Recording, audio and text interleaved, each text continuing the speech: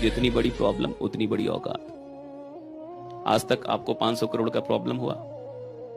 औकात भी तो नहीं।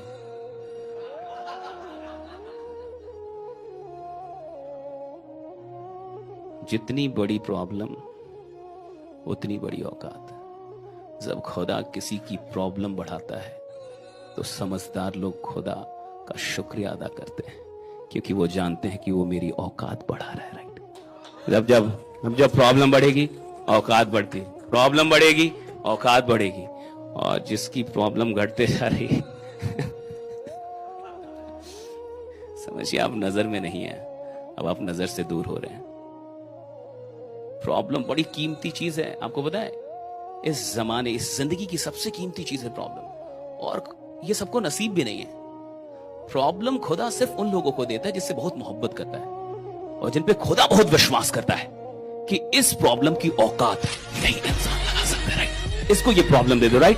ये टैकल कर लेगा, ये टैकल करेगा।